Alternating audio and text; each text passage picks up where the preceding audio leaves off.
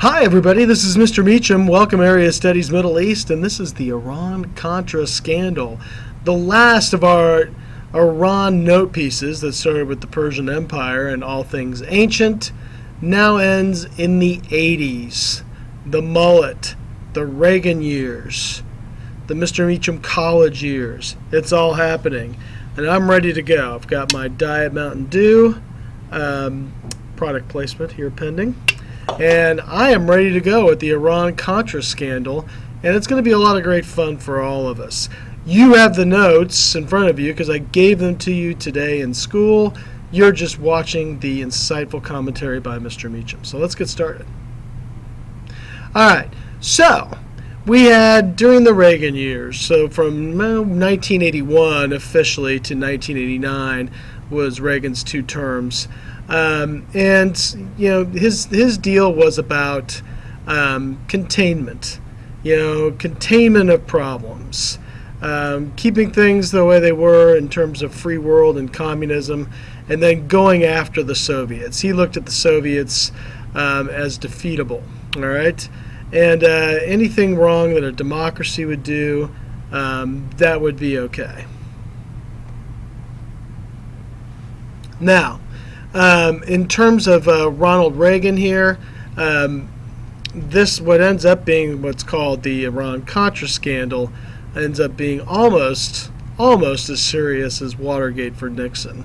When the scandal first broke out, a lot of people wanted to see Reagan impeached, but what ended up happening is Reagan's legacy was intact.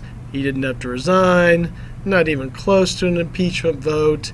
So why was this scandal so different when really the charges against him were more serious than what Nixon did? We'll have to see. Now, here's what we got. The Contras are not from Iran. The Contras are from Nicaragua. All right? They were a brutal dynasty of dictators. They came to power in Nicaragua in 1934. Like Iran, these guys were not communists, so they were supported by American democracy. All right, and after World War II, it was the same. And these guys were brutal, and the people of Nicaragua had always wanted them gone and resented the U.S. for keeping them in power. In 1961, you had the Sandinista National Front come into existence. They were a communist/nationalist organization, and they were headed by the young man that is to the right, and that would be Daniel Ortega. And he's the one that's going to be offering the opposition or the alternative to what the Nicaraguans had put up with forever. Now, in 1978, U.S. Starts to back what is the Somoza regime. All right, and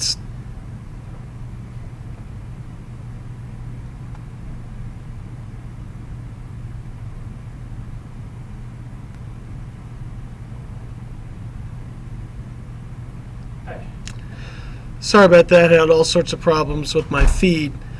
So in 78, the U.S. suspends military aid to the Somoza regime. You've got Carter backing a more traditional, more liked kind of government. He was even willing to maybe go with supporting of the communists as long as they are someone that is supported by the people. So in 1979, the Sandinistas overthrow Somoza and his government and set up a communist regime. They nationalize, they redistribute the land, etc. Carter, as it says on the left, he kind of accepts what has happened. All right, this was a nation in which a rightist dictatorship was not working. The only alternative was communism. He didn't pretend to like it publicly, but since it was a fairly moderate regime, he figured there'd be no action. All right, there was a request from revolutionaries for $75 million to get $75 million in aid, and to try to fight the Sandinistas. that was rejected. All right, but when Ronald Reagan got into office, he basically treated this Central American regime as a second Cuba. He wanted to see them ousted. He wanted to see a pro-democracy regime, or at least an anti-communist regime, put in its place. So there's what's going on in terms of this Central American nation called Nicaragua.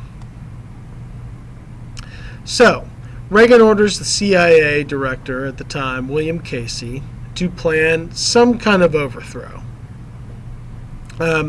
Casey starts raising the money, and he starts training and recruiting revolutionary troops from Nicaragua, and they are going to overthrow the Sandinistan communist government. These people that he's training are going to be called the Contras. They were a small number of troops. They're going to use guerrilla tactics, assassination, terror runs against the Sandinista or communist government, and they did all sorts of things, and were still backed by the U.S. government. Murdering villagers, nuns. They secretly mined Nicaragua's harbors. And because of all this action, the World Court rules the U.S. in violation of international law. And Reagan justified this by comparing the Contras to American revolutionaries, even though they were basically well-trained terrorists. So, by 1984, Congress prohibits funding to these Contras. They pass what's called the Boland Amendment. Reagan signed the bill, and from here on out, it is illegal for the U.S. to fund Nicaragua. Reagan signed the bill because he wasn't going to have enough votes to veto the thing. Meanwhile, Reagan decides to secretly evade or break the law, or at least the Reagan administration. Now, how do we get the money? If we're going to illegally fund this thing, you can't use it from U.S. accounts. Otherwise, it's too easy to bust the people involved. William Casey delegates a Marine staffer to his office, Oliver North, and tells Colonel North to come up with a way to do this. Now, you can have wealthy individuals give charitable gifts to the Contras, but that's only going to take you so far. And the State Department approaches countries for money aid.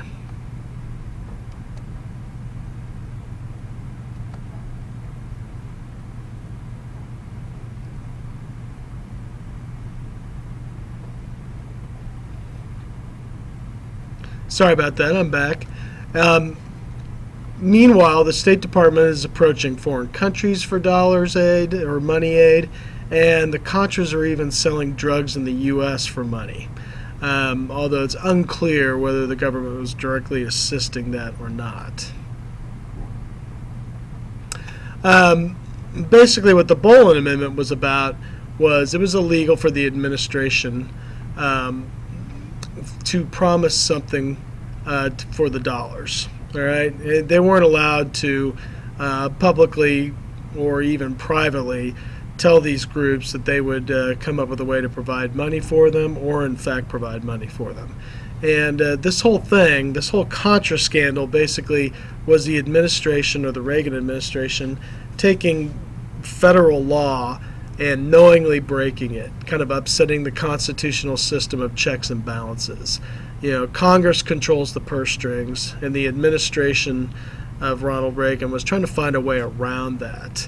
And even with all this kind of outside help, the Contras were still unable during this period to win any kind of military victory in Nicaragua over the Sandinista government. So, all around the same time, you had the Iranian hostage crisis, then you had the Iran-Iraq war, and you had this uneasy, well, there was an uneasy truce between Iran and the United States, but still, basically, they were considered by Americans to be enemies. Iran supported anti-U.S. terrorism around the world, particularly around Lebanon and Israel during this early 80s period. This would be the last country that you would think that we would work with in secret. But National Security Advisor in the early 80s, Bob McFarlane, was approached by an Iranian businessman about arms for hostages in the region. The Iranians knew where American hostages were in Lebanon, and they were promising to return those hostages, giving Reagan a political coup at home if we would provide arms, or if we would provide money for the Iranians and arms especially so they could fight the Iran-Iraq war. Iran, of course, would pay top dollar for these arms. They just couldn't get anybody to sell them, and then the U.S. could secretly spread the money over to Nicaragua. So arms for hostages. So the weapons weren't cheap. We were going to sell them to the Iranians at a 30% markup. They would secretly pay us, and that money would go directly to Nicaragua.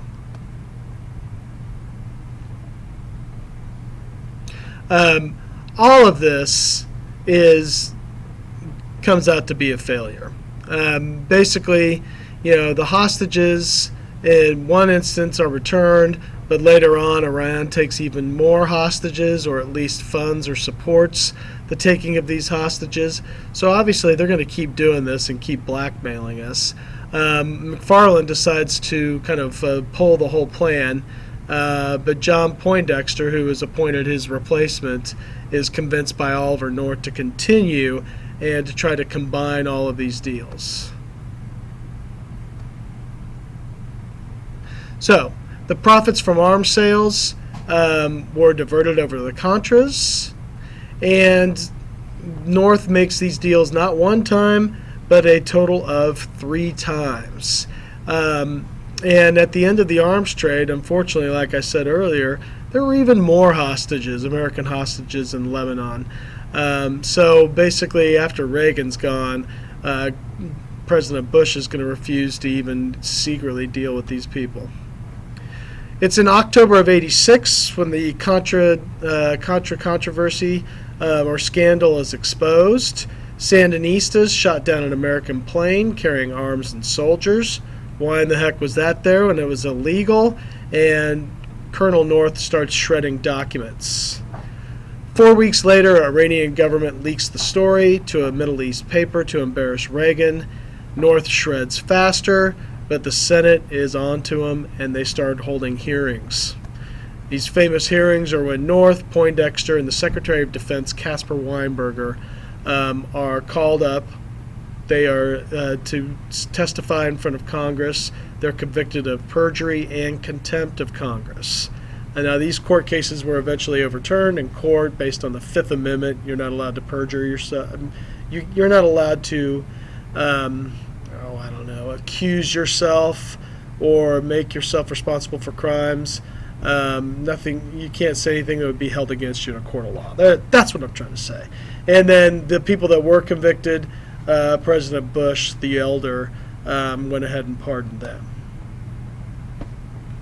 Fact is, Reagan never really, none of this ever actually harmed him. He basically didn't even know it existed, or he just claimed ignorance. He claimed that it was all subordinates that did this kind of thing, and Reagan's remembered as a great president. The subordinates go on. North runs for Congress. He ends up actually working for Fox News. Poindexter kind of goes on with his political life unscathed. And Bush, who was also thought to be tacitly involved, is elected president in 1988. So a huge scandal in which we deal with a seemingly big-time enemy in Iran, all in the name of containing communism. That's the Iran-Contra scandal, and that's your notes.